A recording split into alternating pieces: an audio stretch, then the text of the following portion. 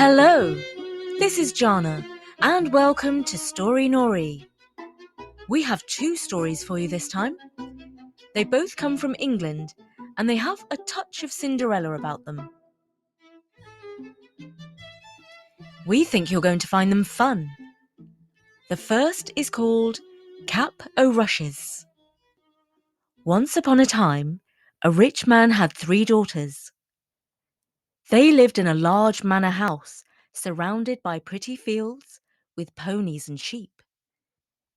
He also owned several other houses, at home and abroad, as well as factories and farms, and even published a newspaper with all the fashionable and up-to-date opinions. One evening, he gathered together his family, including his daughters. Eventually, he tapped a glass with a silver spoon and called everyone to attention. As you know, I am no longer young, and looking after my fortune is becoming a burden. The time has come to divvy up my riches among my 3 lovely girls. But first, I wish each of you girls to tell me how much you love me. Whichever of you loves me the most shall receive the largest share. That's only how it should be. The eldest daughter stood up, came over to her father, and kissed him on the cheek. "Father," she said, "I love you more than words can say, more than eyesight, movement, or freedom, more than life, beauty, health, or honor. I love you as much as any child ever loved a father." The old man blushed to hear such fine words. Well done. Can anyone put it better than that? Who's next? The second eldest daughter stood up and kissed her father on the forehead. She took his hand in hers and told him, "Dearest darling Daddy, I love you just as much as my sister, only more so. She is stingy with her affection when she says that she loves you as much as any child ever loved a parent, because I love you a whole lot more than any child ever loved a father in the whole of history," Well, that does the heart good to hear. said the father, beaming with pride. And then he looked at his youngest and favourite daughter, the joy of his life, whose name was Cordelia. Cordelia did not come over to kiss her father as her sisters had. In fact, she thought the whole scene was rather silly and undignified, and she suspected that her 2 elder sisters were much more moved by money than by love. But she had made ready with what she thought was a good line. She said, "Father, I want you to know that I love you as meat loves salt. What did you say, my dear? I love you as meat loves salt." Is that all you have to say? "Yes, father." Oh, that's a pity. You shall be the poorer for it. And not only did she not receive any money from her father, but for the next few weeks he sulked whenever he saw her and refused to speak to her. And her sisters took every opportunity to taunt her, saying, "Daddy's right. You don't deserve any money because you don't love him. We love him as is only right and proper, and that's why our husbands will always love us. And we shall live happily ever after in luxury and comfort, while you, baby sister, will never marry and live miserably ever after."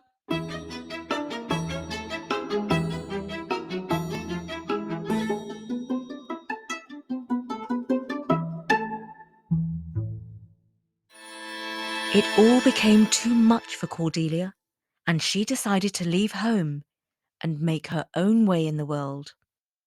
She prepared for her escape by weaving herself a dress and a cap out of the long rushes that grew by the river. She pulled the clothes over her fine dress, and to look at her you would think that she had been born into poverty. Then one moonlit night, when everyone else was asleep, she set off on her own. She walked straight to the next village, where a man lived who was even richer than her father, and whose house was even bigger, and who owned even more factories and published not one, but 2 fashionable newspapers. There she begged for a job scrubbing the dishes. And because she refused to tell them her name, they called her Capo Rushes.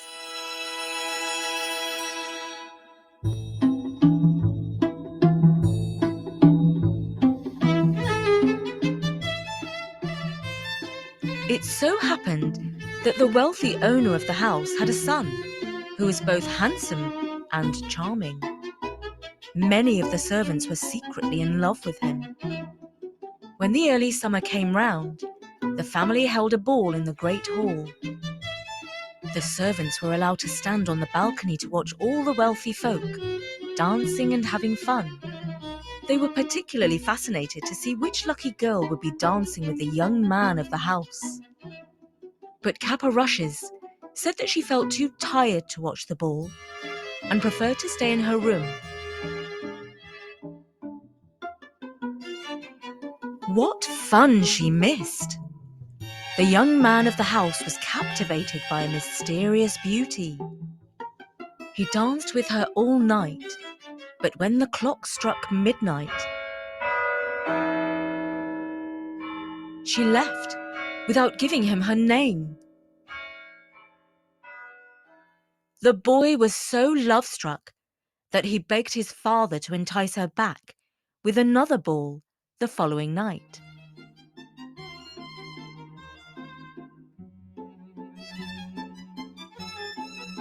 Kappa Rushes was again too tired to watch the dance. In the morning, the servants gave her all the gossip. The young man had begged the mystery girl to give him her name, but she had teasingly refused. The boy was going crazy with love, so he begged his father to hold yet another ball for a 3rd night running. The next evening was not too different, only this time the boy managed to give the girl a diamond ring for her pretty finger. The servants were overcome with excitement. "Oh, he's desperate to marry her, but he doesn't even know her name! Who ever heard of such a turn?" After that, there were no more balls, and everyone in the house was tired from all the fun. The young man remained alone in his room, dreaming of love, and asked for only soup and bread for his supper. Kappa Rushes brought the soup to him, but before she knocked on his door, she took the ring off her finger and dropped it into the soup. Because, as you probably guessed, the mystery girl was none other than our heroine. It was only when the young man found the ring at the bottom of his bowl that he finally realized who she was. He called her back to the room and said, "So now will you finally tell me your real name?" "I am Cordelia," she said. "Well now, Cordelia, will you marry me?" "Yes, I will," she said. And he placed the ring once more on her finger. And of course they loved one another and lived happily ever after. But this is not quite the end of the story. They invited the girl's father and her sisters to the wedding feast, but did not say who the bride was. Cordelia ordered that the food be prepared without any salt. This left all the dishes without flavour, and when her father tasted the meat, he burst into tears because he finally realized what his daughter had meant when she told him that she loved him as meat loves salt. At this point, he thought that his daughter had run away forever and might even be dead. But she soon revealed herself to him, and father and daughter were reunited, and all was forgiven.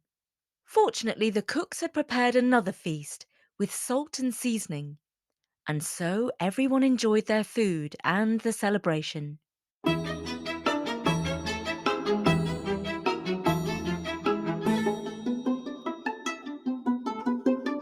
And that was called Kappa Rushes. I hope you take the story with more than just a pinch of salt. So, is salt good or bad for you? There are all sorts of views on that. Salt is actually necessary in our diet. In the past, before we had refrigerators, it was used to make food last longer. And it does make things more tasty. But these days it's added to all sorts of processed foods, like crisps, of course, and often on nuts. It's in cheese, in bread, and in ready meals. Salt is everywhere. Too much salt is bad for your heart, especially as you get older. So that's why you hear that salt is bad for you, because we have far too much of it. In just over a minute, we have another amusing story for you that has quite a bit in common with the first one, and some differences too. But first, we're really excited to introduce Storynory's new sponsor, KiwiCo. It makes a product we are really impressed with. There's a real joy in completing a task yourself. I remember how super fun it was when I was little to make my own bespoke boomerang in woodwork class. I still have it today. KiwiCo can send you a constructive project every month. Our family's first KiwiCo project contains the parts for an audio speaker. My daughter built it herself, and she really enjoyed learning about sound, how it vibrates, and can actually make objects move, including colourful light balls. Younger children may need a little help. And now we can listen to Storynory on a homemade speaker. KiwiCo is a whole box full of awesomeness. So, redefine learning with play. Explore hands-on projects that build creative confidence with KiwiCo. Get 50% off your first month plus free shipping on any crate line at kiwico.com/story. That's 50% off your first month at kiwico.com/story. And now, here's our second story. Listen out to see how it's similar to the previous story and how it is different too. The story is called The Bear Who Was Not Invited to the Dance. There was once a king who loved his daughter so much that he would not let her out of the palace. He worried that some harm might come to his precious princess if she wandered out into the world, and so she stayed at home and became very bored. And the older she grew, the more bored she became. One day she complained to the servant, who had looked after her since she had been a wee baby. "Nanny," she said, "I'm so terribly bored. Will I ever see the big wide world?" "You shall see the big wide world, lassie. But first, you must go down to the great hall and fetch the bearskin that's lying in front of the fireplace." The instructions seemed odd, but the princess knew that the nurse could do magic, and so she reckoned it was worth following her suggestion. When nobody was looking, she dragged the old bearskin up to her room. When the nanny visited her that evening, she said, "Put on the bearskin as if it were a dressing gown." The princess did as she was told. Then the nanny said, "Well, look at yourself in the mirror now. Tell me what you see." The princess looked in the mirror, and lo and behold, she saw a bear. You could in no way tell that she was a princess wearing a bearskin. She looked just like a real live bear. "Good," said the nanny. "Now, let's go outside and arrange some transport for you." In the moonlit garden, the nanny and the bear found an old wheelbarrow. "This will do nicely," said the nanny. "How?" said the bear.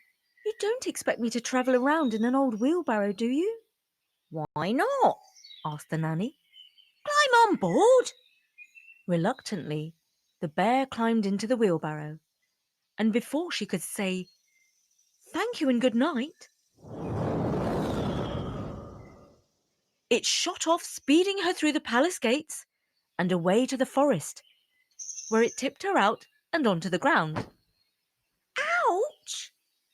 Now it so happened that a prince was out hunting in the forest, and the dogs caught the scent of the bear and started to chase her. She had to run up a tree, from where she called out to the prince, "Hey! Call your ill-mannered dogs away from me!" The prince was so astonished to hear the bear talk like this that he did as he was asked. He invited her to come back to his castle so that he could show her to his mother. The bear slid down the tree and climbed into her wheelbarrow, which rolled along behind the prince's horse, carrying her all the way to his castle. The prince's mother was so surprised to meet a talking bear, and was even more pleased when she offered to help with the housework around the castle. She was very handy at cooking and cleaning. In return, the royal family let the bear sleep in the drawing room under the big table. One day, the prince had to go to a ball given by a neighbouring prince. He thought the whole idea was very boring and did not want to go. The bear who was lying under the table said, "Why don't you take me? I'd like to dance at a ball." But the prince thought it was a terrible idea to take a dancing bear to a ball, and so he kicked her. That was not very nice of him. But later that night, when he was gone, the bear climbed into her wheelbarrow and shot off.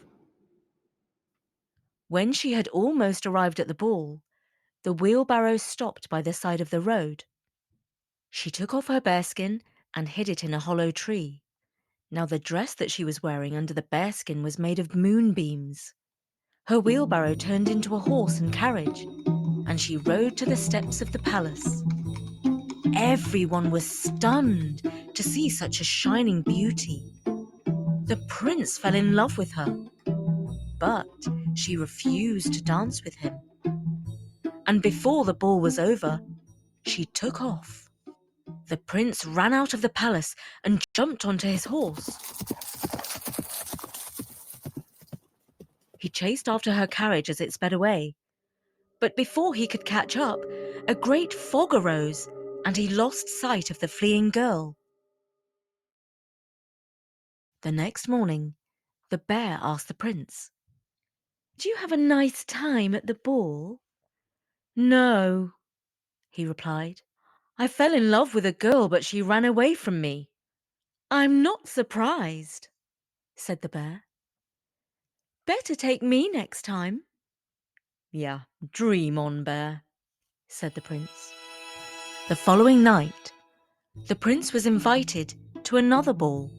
This time the mystery girl arrived wearing a gown of sunlight.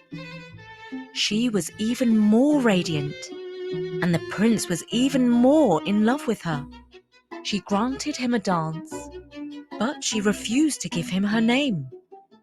And once again, she took off in her carriage before the ball was over.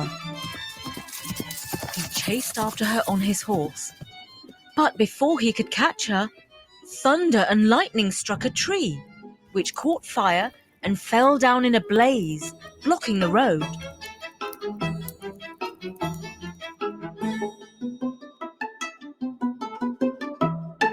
In the morning, the bear asked the prince, "How was your evening?" "Terrible," said the prince. "The girl got away again because thunder and lightning prevented me from pursuing her carriage." "A lucky escape, if you ask me," said the bear. "Better take me next time." "No way," declared the prince. The following night, there was yet another ball. This time the princess wore a gown stitched from the Milky Way. She was even more beautiful than the times before. and the prince was even more in love with her. She danced with him 3 times, and he managed to give her a ring, which she accepted, before departing still without giving him her name. This time, he did not even bother to chase the carriage. When the prince returned home, he was really fed up. It did not help that the bear laughed at him and told him that nobody would want to marry him if he was so sullen and sulky. That evening, he had no appetite, and he just asked for a bowl of soup, not even bread. The bear still had his ring, and she slipped it into his soup before giving it to him. He almost swallowed it. When he spat out the ring, he was astonished to see what it was. "Where did you get this, bear?" he asked angrily. "Don't you remember?" "You gave it to me," she replied. And then she took her bearskin and revealed herself, dressed in moonbeams. The prince was totally enchanted, and they married and lived happily ever after. And that was the traditional English folk story called The Bear Who Was Not Invited to the Dance. Do you think it was similar to the first tale? Both our stories were adapted for Storynory by Bertie and read by me, Jana. And don't forget to check out our great sponsor, KiwiCo. Promo code STORY. And that's it from me, Jana, at Storynory.com. Take care until next time. Bye for now.